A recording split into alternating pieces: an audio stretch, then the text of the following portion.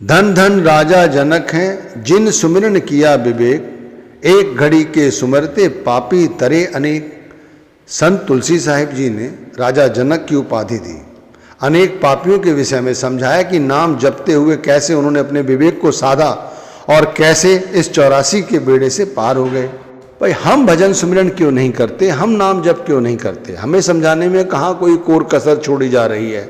खुद गुरु समझाते हैं, जहाँ वो नहीं पहुँच पाते वहाँ प्रीचरों के माध्यम से हमें नाम की भजन बंदगी के बारे में समझाया जाता है। वो कहते हैं जैसे भी हो नाम के साथ जुड़ो, एक बार आपकी संत की बाह पकड़ लो, यानी नामदान आपको मिल जाए तो उस नाम के साथ जुड़ जाओ, फिर देखो एक पल के लिए भी हमसे नाम की भजन बंदगी नहीं छूटनी चाहिए। तुलसी साहिब ने इसी बात को आगे भी बढ़ा के कहा है, ऐसा सुमिरन जान के संतन पकड़ी टेक, नानक सुमिरन सार है बिसरे घड़ी ना एक।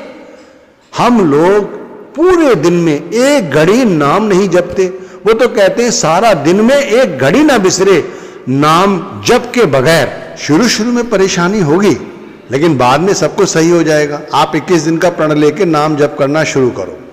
शुरू शुरू में आपको बड़ा चिड़चिड़ापन लगेगा, बड़ा अखरा अखरा लगेगा, फिर जैसे जैसे आप गुरु से प्रेम करोगे, प्रीति करोगे, उनकी पुस्तकों को पढ़ो, वाणियों को गुनगुनाओ, आपको प्यार होगा। जैसे जैसे गुरु से प्रेम बढ़ेगा वैसे वैसे भजन बंदगी बढ़ती चली जाएगी। आप पहले गुरु को ईश्वर का दर्जा दो। देखो परमात्मा हमने नहीं देखा, शास्त्रों में विदित है गुरु ब्रह्मा गुरु विष्णु गुरु देवो महेश्वराय गुरु साक्षात परम ब्रह्म तस्मै श्री गुरुवे नमः। गुरु से ऊपर कोई नहीं है, गुरु साक्षात परम ब्रह्म है। भाई रियल मानो, है गुरु पार ब्रह्म। आप सामने बैठे गुरु को परम ब्रह्म का दर्जा नहीं देते क्योंकि आप उसे इंसान समझते हो। असल में जो उन्होंने नाम दिया है वो गुरु है, लेकिन आपको सहारा तो फिर भी इसी गुरु के स्वरूप का लेना पड़ेगा जो सामने है। अंदर जाके गुरु के साक्षात्कार अगर करना चाहते हो और कभी किसी को गुरु के सूक्ष्म स्वरूप के दर्शन हुए हो तो कैसे होते हैं, अंदर प्रकाश देख रहे हैं या अंदर शब्द धुन सुन रहे हैं, तो उसमें से इसी सामने बैठे गुरु का ही स्वरूप नजर आता है।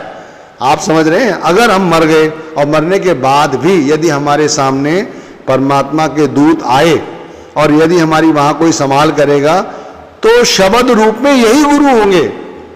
गुरु हमारी वहां भी संभाल करेंगे, वहां भी हमारी वो वहां पकड़ लेंगे।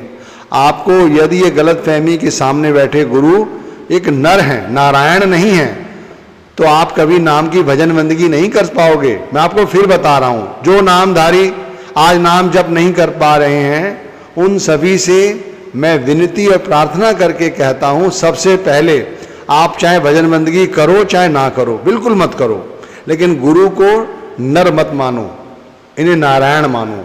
आप नाम की भजन बंदगी ना करो, मैंने कहा बिल्कुल मत करो, सत्संग सुनने भी ना जाओ, कोई बात नहीं, सेवा भी मत करो, सेवा मत डालो गुरु घर की सेवा में। चाहे आप घर में फोटो लगाओ चाहे ना लगाओ, आप किसी से बोलो ना बोलो कि हम नामधारी हैं, खुद से मत बोलो, लेकिन गुरु को नर मत मानो। ऐसा करके आप अपने कर्म बढ़ाते हो, समझ रहे हो। एक तो नाम की भजन बंदगी नहीं की आपने, वैसे ही आपके भाग्य अधूरे हैं, फूटे हैं, मैं तो ये कहूँगा। और ऊपर से ऐसा कहकर हम अपने कर्म बढ़ा लेते हैं। क्यों कर्म बढ़ाते हो भाई? अरे आप नाम की भजन बंदगी ना करो कोई बात नहीं, फिर भी गुरु आपकी संभाल करेगा। आप चाहे ना करो नाम की भजन बंदगी, ना सत्संग सुनने जाओ, ना सेवा करने जाओ, ना सेवा चढ़ाओ, कुछ भी ना करो, उन्होंने नाम दान दे दिया है तो उनकी जिम्मेदारी बनती है, वो अपनी जिम्मेदारी जानते हैं, आपको समझाने की जरूरत नहीं है। लेकिन आप उन्हें तुच्छ मानुष्य समझकर अगर ऐसा कर्म करते हैं तो आप अपने पाप बढ़ा रहे हैं। ऐसा ना करो, समझ रहे हो आप। और यदि आप चाहते हो कि नाम की भजन बंदगी मैं श्वासों श्वास करूं, एक पल के लिए नाम की भजन बंदगी करने से ना चूकूं, तो गुरु को ईश्वर का दर्जा देते हुए पहले उनसे प्रेम करो। आपको मैं तरीका समझाता हूं। जैसे सुबह उठते हैं तो जैसे उठो आंख बंद करके इन्हीं गुरु के स्वरूप का ध्यान करो और फिर ईश्वर से, परमात्मा से गुरु भक्ति मांगो आंख बंद करके कि मैं आपसे गुरु भक्ति मांगता हूं, आप कृपा करके मुझे गुरु भक्ति दीजिए। गुरु भक्ति में सब भक्तियां आ जाती हैं क्योंकि गुरु भक्ति नाम भक्ति है। गुरु स्वयं अपना नाम जपने के लिए नहीं कहेगा। जैसे मेरा नाम कुछ है तो मैं कहूँगा मेरा नाम जपो। गुरु ने जो नाम दान दिया है, गुरु मंत्र दिया है, वो इस नाम को जप करने के लिए कहता है। इसके अंदर समस्त भक्तियां पूरी हो जाती हैं अपने आप। आप जिस धर्म में भी हो, उस धर्म में गुरु ने जो नाम दिया है, उस नाम को जपने से समस्त भक्तियां पूरी हो जाती हैं।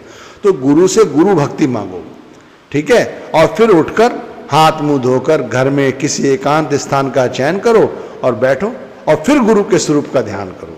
अगर गुरु के स्वरूप का ध्यान नहीं आता है तो गुरु की कोई मूर्ति हो या गुरु का कोई फोटो हो घर में तो देखो आप, कोई इसमें मनाही नहीं है।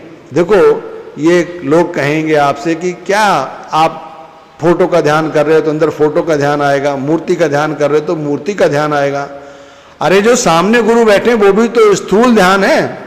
ये मूर्तियां, ये फोटो, ये सब स्थूल स्वरूप है। शुरू में ध्यान इन्हीं का ही करना पड़ेगा। तो आप उनका ध्यान करो, फिर उनकी चेतन आंखों का ध्यान करते हुए मन ही मन गुरु से गुरु भक्ति मांगो। और जब उनके ध्यान टिके तब धीरे धीरे नाम जपो। नाम जपते हुए ख्याल नीचे गिरे तो गिर जाने दो, आप पीछा ना करो। फिर उसे उठाकर लेके आओ, आंखों के मध्य में टिकाओ, फिर नाम जपो। फिर गिरेगा, गिरने दो, उसका काम है गिरना। जब से हमने आंखें खोली हैं तब से हमारा ख्याल 9 द्वारों के जरिए बहिर्मुखी रहा है। आप चाहते हो 2, 4, 7 दिन के अंदर ध्यान आंखों के मध्य में आ जाए, कैसे आ जाएगा भाई? नाम जप करते हुए भी हम दुनियादारी की बातें सोचते हैं। सत्संग सुनने जाते हैं डेरे में, वहां भी सत्संग सुनते हुए वहां भी दुनियादारी की बातें याद रहती हैं। सत्संग घर से निकलते ही सब कुछ भूल जाते हैं हम। तो यहाँ तो एकांत में आप अपने आप से बात कर रहे हैं और आत्मा और मन की गांठ बंधी हुई है। जब तक आत्मा और मन की गांठ नहीं खुलेगी तब तक आत्मा शब्द को नहीं पकड़ सकती, क्योंकि मन उसे पकड़ने ही नहीं देगा। मन तो सांसारिक वस्तुओं को पकड़ता है, इसीलिए 9 द्वारों के जरिए किसी भी शक्ल, किसी भी पदार्थ के साथ हो लेता है और बहिर्मुखी हो जाता है। हम सोचते हैं कि हमारा सुमिरन नहीं बन रहा है। अगर गुरु से प्रेम है और ध्यान लगना शुरू हो जाएगा अपने आप आपका, धीरे धीरे ध्यान बनाओ और धीरे धीरे ध्यान बनने लगे तब नाम जपो। और फिर दिन में भी अपने आप को इसी तरह सचेत रखो। एक मीराबाई की बानी सुनी थी, उसमें लिखा था कि सूली ऊपर सेज प्रिया की ताबिद सोना होए।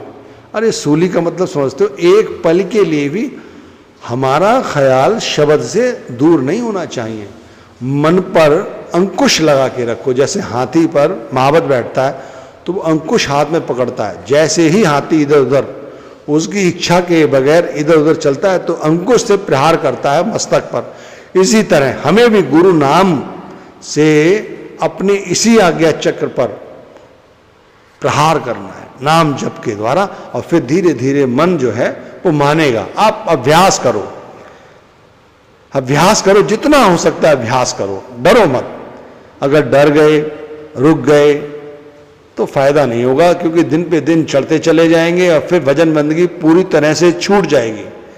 और जब हमें कोई असाध्य रोग लगेगा या घर में कोई दुर्घटना घटेगी तब गुरु गुरु को पुकारोगे, गुरु तब भी हमारी मदद करेगा, लेकिन तब काफी देर हो जाएगी।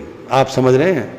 गुरु पर विश्वास नहीं जमेगा आपका। तब आप क्या करेंगे? गुरु को भी पूजेंगे, बाहर घर के जो मंदिर है वहां भी जाकर मत्था टेकेंगे, और कहीं हो सका दूसरे गुरु के पास भी चले जाएंगे, कहीं चौथी जगह जाएंगे, लेकिन कहीं विश्वास नहीं जमेगा और माथा पकड़ के बैठेंगे कि हमने किया क्या।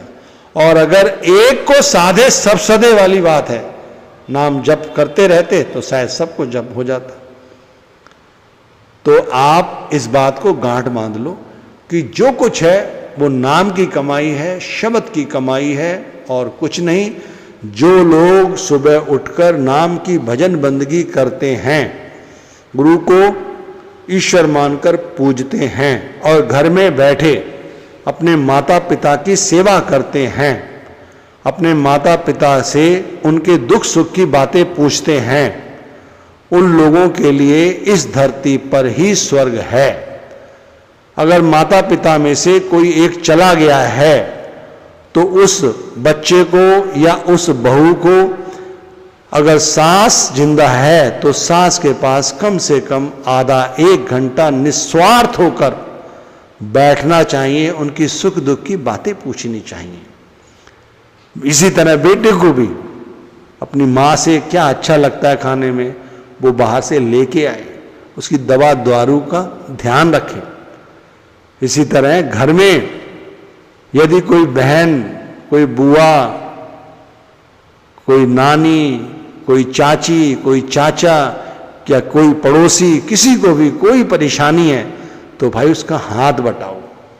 देखो, सत्संगी पूरे बनो, केवल अच्छा कुर्ता, अच्छे वस्त्र पहनकर गुरु घर जाकर हाथ जोड़कर वहां लंबी लंबी बातें हाँकने से अच्छा है जो गुरु ने कहा है वो समझो।